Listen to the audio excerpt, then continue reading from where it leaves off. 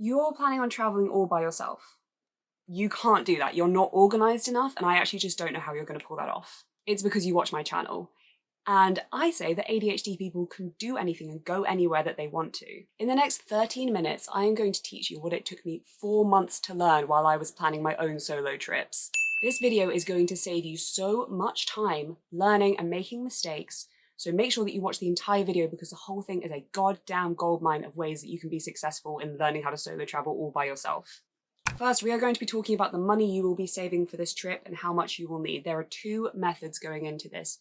One is possibly if you're still at school and you're waiting to save up enough money for the summer holidays and go abroad. You can find the average prices for things like flights well in advance using Google Flights, and make sure that you've figured out what kind of accommodation you're going to be using. So are you going to be staying in a hotel, and if so, what kind of board are you going to be staying? Full board, half board? Is there going to be a relative in the country that you're visiting that you can stay with for free? Is there camping? What are you going to be doing that is going to save you money or that you need to account for in your budget?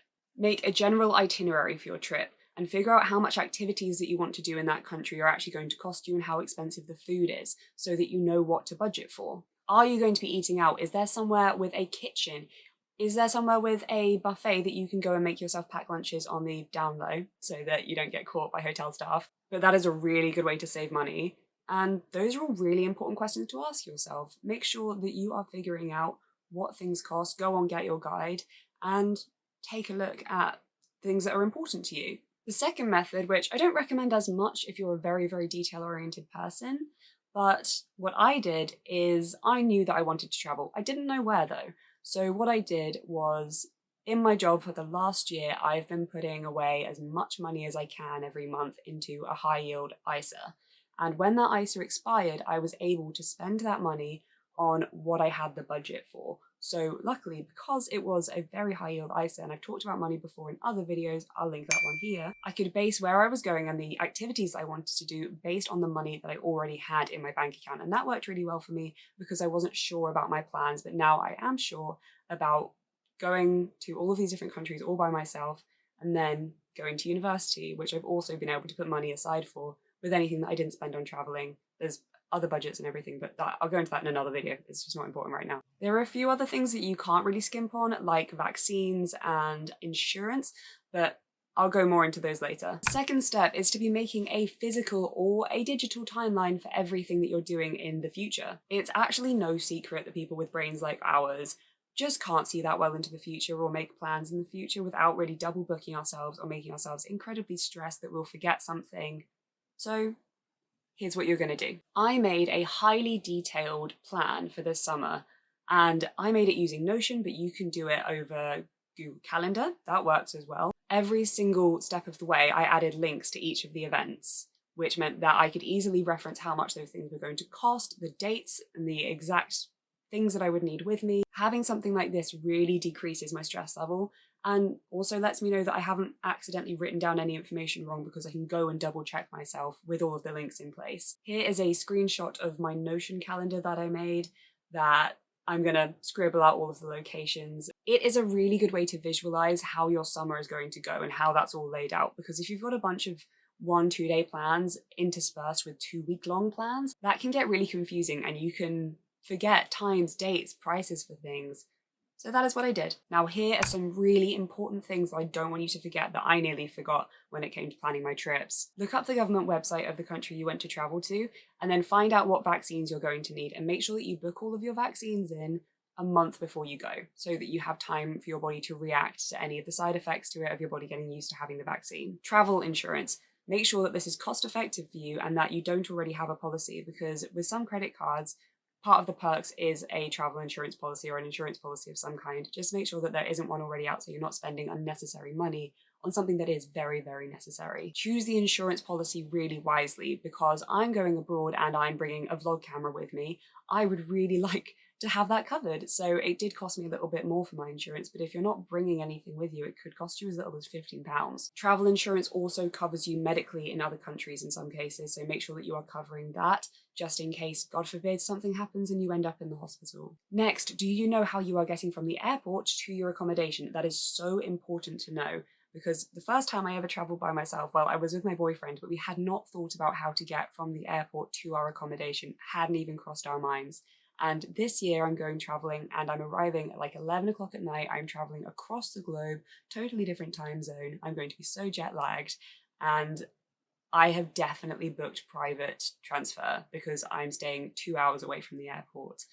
I'm not risking it. I'm not risking any of that. I just want to go up to the person, see that my name is on their sheet, and I'll just go with them. I mean, of course, I'll be vigilant.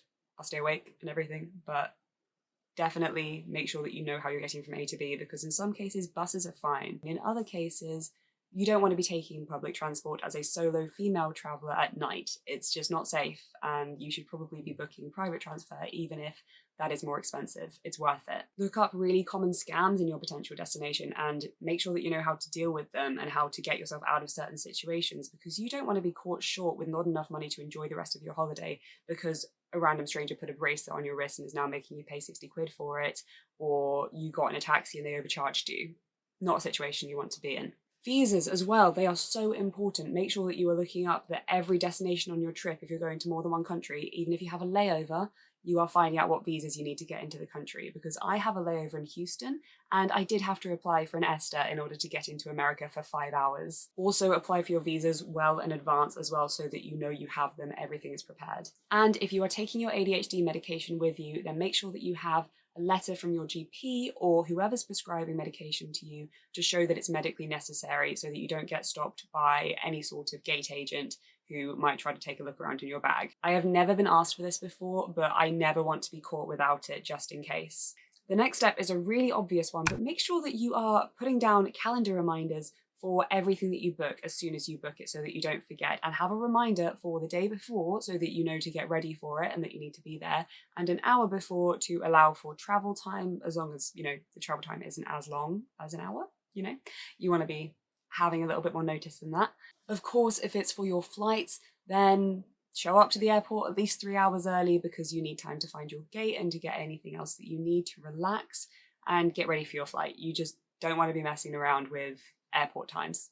The next step is to save screenshots of everything. I mean, your passport, your boarding passes, your visas, your vaccination certificates, your hotel bookings, your booking with a transfer company, all of your bus tickets, everything that you have pre-booked needs to be screenshotted and then saved into a Word doc or a Google Doc. So once you have everything together that you need, you can print it out and put it in a binder and bring it with you to the airport, take it with you everywhere. This is going to be the most important thing you have on your person because it has your proof of ID, but not your actual passport in it, to keep that safe. Your next step is to use apps to help you. There are things that people have designed to help make your life easier when it comes to traveling. First one that I have found so helpful is TripIt, because what it does is it stores your flight information so that you can access it offline as well. It has all of the times, the gates, everything. And it can also be used for train times as well, which is so helpful. The next app I've been using is called PackPoint, and what you can do is you set your length of time that you're going to be in a certain country, what country you're going to, and the time of year,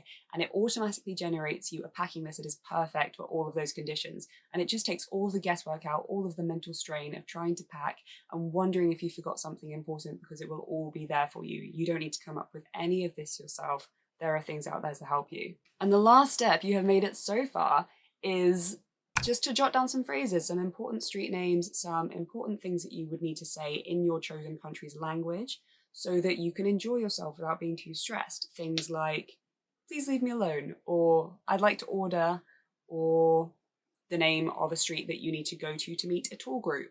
I use the app Memrise because I find it a lot more helpful for learning languages for my brain than other language learning apps, although I've not had the chance to use a lot of them.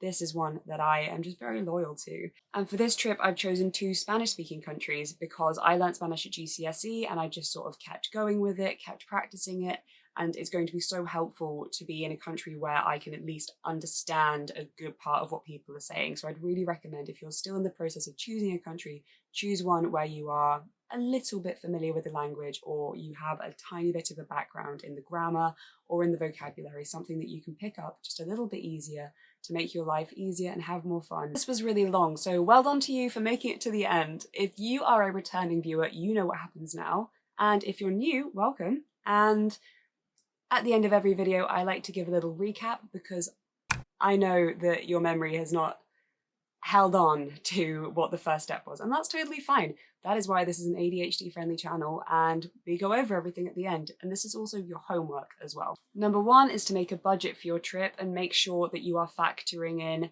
everything that you think would be important, and maybe slightly inflate your number as well, just so that you know you've got a little bit of fun money or just in case money. Sometimes things in other countries end up being a lot more expensive than you think they'll be, so if you want a more extensive video on how to plan financially for a trip, then let me know in the comments. Just let me know if that's something that you guys want to see. Make sure that you make a physical or digital timeline to help make things as clear as possible. Long-term planning can leave us overwhelmed and make us double book ourselves or leave huge chunks of unplanned time.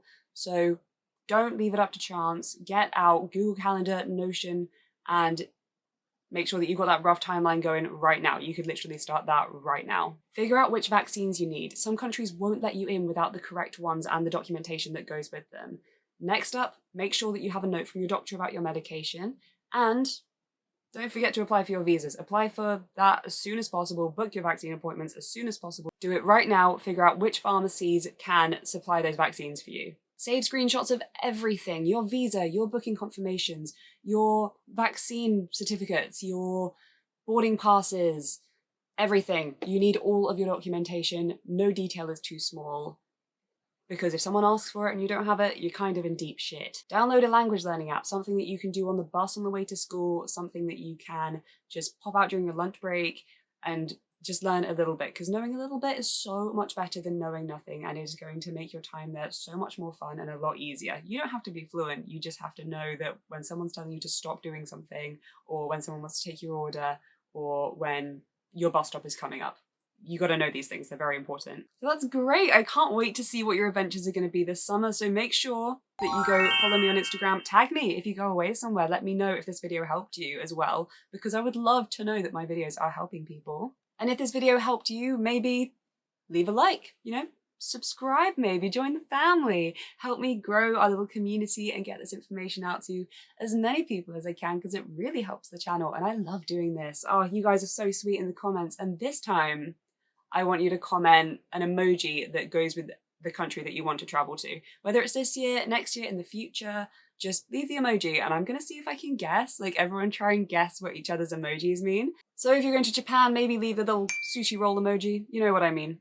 Thank you so much for watching, I appreciate you and your brain. I will see you here next Sunday for another video. I can't lose when I'm with you.